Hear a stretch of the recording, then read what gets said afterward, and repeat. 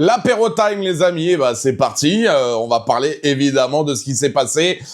C'est hier, oui, le tirage au sort, mesdames et messieurs, de la Coupe du Monde, des poules de la Coupe du Monde 2026 qui va se dérouler aux États-Unis, au Mexique, au Canada, évidemment. Mais avant ça, apéro time à la vôtre. Qu'est-ce que vous allez manger ce soir, les amis? Attendez, je prends une petite gorgée.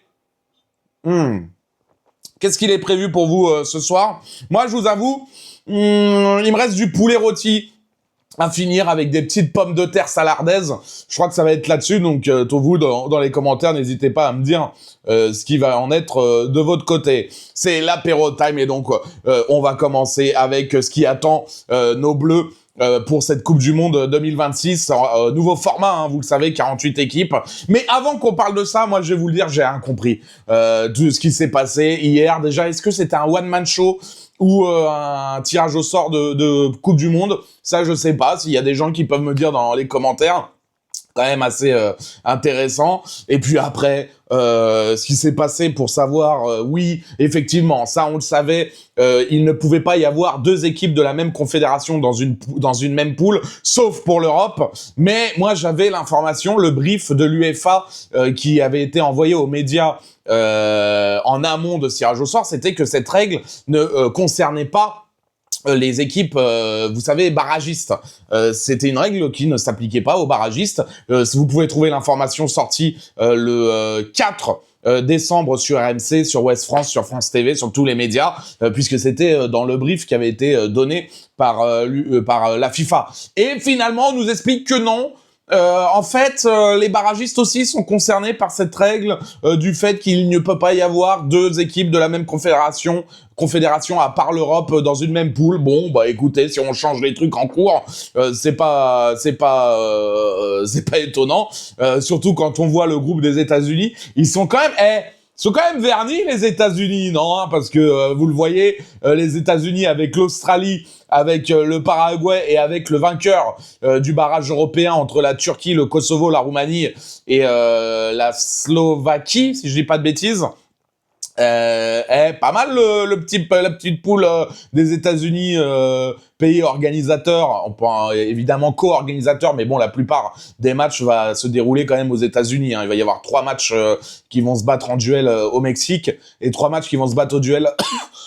Excusez-moi, ça c'est l'apéro time, qui vont se battre en duel au Canada. D'ailleurs, le Canada, oui.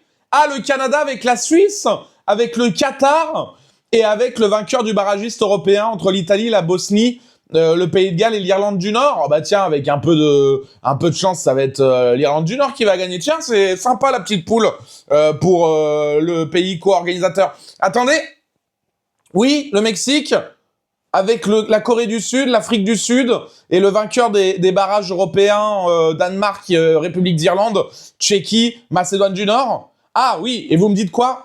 Qu'effectivement, oui, les meilleurs troisièmes seront qualifiés. Ouais, c'est sympa, ces petites poules pour les pays co-organisateurs. C'est toujours sympathique. En tout cas, nous, pour l'équipe de France, dans le groupe I, c'est le groupe que voulait Didier Deschamps, parce que ça se joue sur la côte Est, entre Boston, Toronto, Philadelphie et New York.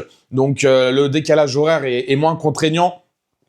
Par contre, pour les températures, si ça se passe à New York, va falloir voir comment ça se passe du côté de la côte est des États-Unis entre le mois de juin et le mois de juillet 2026. Excusez-moi, ça c'est les Roland Courbis 6 mois ferme, c'est l'apéro time, je me reprends une petite gorgée à la vôtre, à boire avec modération évidemment. Donc, le Sénégal, la Norvège et le vainqueur du barrage intercontinental entre le Suriname, l'Irak et la Bolivie. Alors, c'est vrai qu'on voit beaucoup de choses qui se disent, groupe de la mort, etc., je sais pas quoi, groupe le plus fort, on n'a pas de chance. Alors, je suis allé voir, effectivement, le Sénégal, pour les qualifs de Coupe du Monde, ils ont terminé premier de leur groupe assez facilement, ils n'ont pas perdu, etc. Ce qui va être intéressant de voir, c'est ce qui va se passer à la CAN là au Maroc qui débute dans un peu moins de 3 semaines, parce que le Sénégal, lors de la dernière CAN qui s'est disputée en janvier 2024 en Côte d'Ivoire, bah, c'était pas folichon justement. Ils se sont fait éliminer en 8e de finale par les éléphants, qui seront champions un peu plus tard de la compétition évidemment, au tir au but. Donc ça va être intéressant de voir aussi le Sénégal. Est-ce que on les met pas un petit peu trop haut et qu'on nous fait tout un storytelling par rapport à ce qui s'est passé en 2002? Évidemment, hein, c'est l'histoire du foot et l'histoire de ces deux nations, d'accord. Moi, j'ai pas l'impression que quand t'es l'équipe de France, tu dois avoir peur du Sénégal en Coupe du Monde. Ensuite, la Norvège. Alors, on a la Norvège. Effectivement, il y a Erling Haaland. Effectivement, il y a Sorloth. Effectivement, il y a... Odegaard. Alors attention, parce qu'il faut pas que ça se blesse. Hein. On sait que, par exemple, Odegaard, il a rapidement les os en verre et avec un peu de malchance, voilà, on leur souhaite pas parce qu'on a envie d'affronter les meilleures équipes avec leurs meilleurs effectifs. Ça rend les victoires que plus belles. Mais la Norvège, on sait pas ce que ça donne dans une compétition officielle. Est-ce que qui nous dit pas que ça va pas nous faire une Turquie? Vous vous rappelez de la Turquie? À l'Euro 2020 joué en 2021, ils avaient fait pareil, hein. Une séance de qualification, enfin une campagne de qualification exceptionnelle. Au final, 0 pointé, ça dégage, ça rentre du côté d'Ankara et on n'en parle plus. Donc, c'est pareil, est-ce que quand t'es l'équipe de France, tu dois vraiment avoir peur de la Norvège? Vous allez me dire, oui, mais ils ont humilié 2 fois l'Italie. Non, et la Squadra Azzurra, les amis, de 2025-2026, vous avez vu la qualité de l'effectif, vous avez vu la qualité du sélectionneur. Soyons réalistes 2 secondes quand même. Normalement, quand t'es l'équipe de France, t'as pas peur de ces deux nations. Pareil pour le barragiste intercontinental, que ça soit la Bolivie, que ça soit le Suriname ou l'Irak. Normalement, évidemment. En plus, quand tu sais que maintenant, dans cette compétition, il y a des 16e de finale, que évidemment les 2 premiers de chaque groupe sont qualifiés, que les meilleurs 3e sont qualifiés, bon, on va pas se mentir,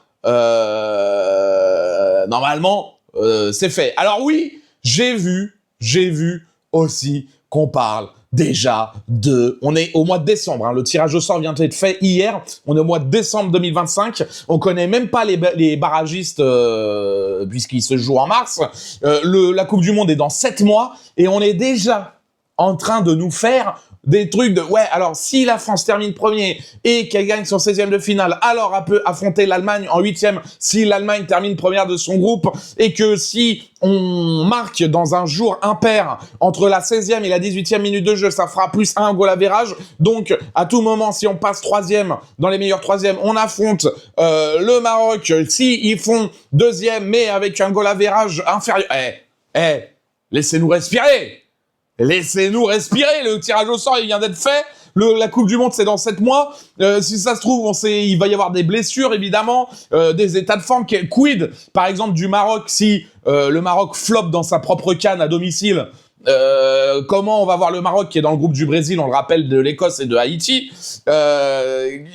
quid, je sais pas, je dis une bêtise, j'espère que ça va pas leur arriver parce que comme je vous le dis, moi j'ai envie qu'on affronte les meilleures équipes avec leur meilleur effectif possible, comme j'ai dit, parce que la victoire n'en est que plus belle. Mais quid un Allemagne avec un Voltemade blessé, avec la moitié, tu vois ce que je veux dire?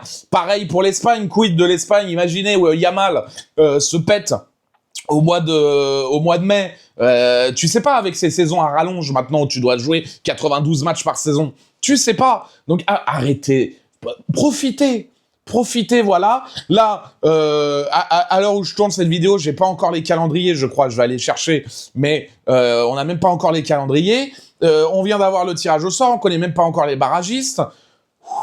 Laissez-nous tranquilles. Laissez-moi déguster mon petit truc, et là, ce que je viens de vous dire, de regarder, oui, qui on peut affronter si on termine premier de notre groupe I, etc.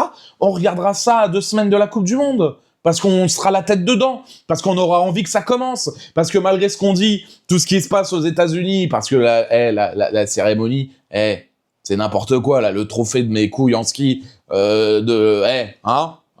Infantino, putain, dire que normalement ça devrait être Platini à sa place, Putain, il l'a bien eu, Infantino, Platini, Il l'a bien dégagé, Putain, on serait dans un football où il y aurait pas cette ignominie qui est la VAR.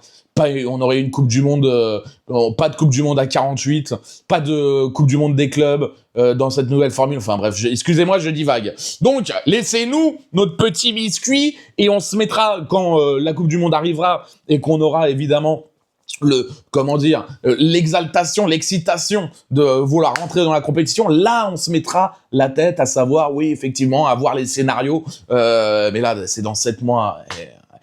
C'est dans 7 mois et il y a une autre compétition continentale qui commence dans 3 semaines, qui va peut-être d'ailleurs rebattre les cartes sur le continent africain. Excusez-moi, je suis énervé, je reprends un coup de... À la vôtre, hein. À la vôtre, c'est apéro time en même temps, hein. À la vôtre, attends. Voilà, laissez-nous respirer 2 secondes. Bon, je regarde si on a les calendriers qui sont sortis et je reviens vers vous. Bon, malheureusement, j'ai pas les calendriers exacts qui sont sortis. Tout ce qu'on sait officiellement, c'est que le match d'ouverture sera Mexique-Afrique du Sud, comme en 2010. Alors, les superstitieux sont en train de se dire, putain, pour l'équipe de France, ça y est, un match d'ouverture qui ressemble à la Coupe du Monde 2010. Le même premier match pour les Bleus en Coupe du Monde, parce que ça sera le Sénégal, le premier match des Bleus, qu'en 2002. 2 fiascos de l'histoire de l'équipe de France en Coupe du Monde. Et ça y est, les amis, c'est de la superstition. Le football, ça se joue sur le terrain. Et on verra bien ce qu'on va voir. Ce qu'on peut dire, c'est que moi, personnellement, sans me projeter, etc. Évidemment, le groupe de la France, de l'équipe de France m'intéresse parce que c'est l'équipe de France. Moi, le groupe C m'intéresse. Ce groupe Brésil, Maroc, Écosse, Haïti. Parce que évidemment les Brésiliens vont venir en nombre dans cette Coupe du Monde, les supporters brésiliens et brésiliennes. Les supporters marocaines vont venir en nombre aussi, les Écossais aussi. Alors, est-ce que Haïti vont pouvoir, les Haïtiens et Haïtiennes, excusez-moi, c'est l'apéro, excusez-moi les Roland Courbis, 6 mois ferme, c'est l'apéro, excusez-moi, c'est pas de ma faute, c'est l'apéro time. Est-ce que les supporters et supportrices, ça c'est moins drôle, vont pouvoir venir d'Haïti? Encore une fois, cette Coupe du Monde, on a fait tout un flanc de la Coupe du Monde au Qatar, à raison, pour dénoncer ce qui se passait sur les chantiers et tout autour. Là, aux États-Unis, il n'y a pas quand même un mec ou une meuf qui moufte. C'est quand même assez hallucinant. Mais bon, c'est les États-Unis, donc apparemment, ça passe. Donc ouais, le groupe C, Brésil, Maroc, Écosse, Haïti. En plus, l'Écosse, ils ont montré que, face au Danemark, notamment, et même la campagne de qualification, ils ont montré que c'était une équipe intéressante. On sait que le Brésil, c'est pas le meilleur Brésil de la dernière décennie, ni même du 21e siècle, loin de là. Pourquoi pas que le Maroc se fasse quelque chose dans ce groupe. Et alors, moi, je vais vous dire, je trouve qu'il y a un groupe dont personne ne parle, et que je trouve très intéressant parce que les gens vont vous parler évidemment du groupe J, Argentine, Autriche, Algérie, Jordanie. Oui, parce qu'il y a nos amis algériens qui vont pouvoir affronter Messi, qui vont peut-être pouvoir faire quelque chose contre l'Autriche pour aller chercher une 2e place. On nous a parlé évidemment du groupe L avec l'Angleterre, la Croatie, le Panama et le Ghana, qui est peut-être aussi l'un des groupes les plus homogènes qui est intéressant donc. Le Portugal, Colombie, le groupe de l'Espagne avec l'Uruguay, le Cap-Vert et l'Arabie Saoudite. Mais moi, celui qui m'intéresse aussi et dont personne ne parle, c'est le groupe E. Oui, parce que l'Allemagne, Équateur, Curaçao, Côte d'Ivoire. Attention aux Allemands, hein.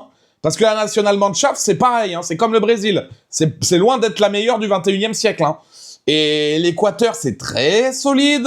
La Côte d'Ivoire, j'attends de voir ce que ça va donner à la CAN pour porter un jugement, parce que je vais pas mentir, j'ai pas suivi la campagne de qualification des éléphants pour cette Coupe du Monde. Curaçao, bon, ça sera l'équipe qui sera pas en dessous, mais ils ont été solides, parce que s'ils sont là sans passer par les barrages, c'est qu'ils ont été solides. Donc moi, le groupe E, il m'intéresse. Dites-moi dans les commentaires, vous, quel est le hors groupe de l'équipe de France, évidemment, quel est le groupe dont vous allez pas manquer un match, tu vois? Et ben moi, je vais vous dire, il y en a 2, groupe C, groupe E. Allez, c'est pour moi, c'est cadeau. C'était l'apéro time, les amis, pour parler de la Coupe du Monde, du tirage au sort de la Coupe du Monde 2026. Je suis déçu que on puisse pas parler là des horaires des matchs, etc., qu'on n'ait pas les calendriers qui sont sortis. Ça devrait sortir dans la journée, je pense, dans la soirée. En tout cas, n'hésitez pas à vous abonner, à commenter cette vidéo, à liker. C'était l'apéro time sur Edouard RBF.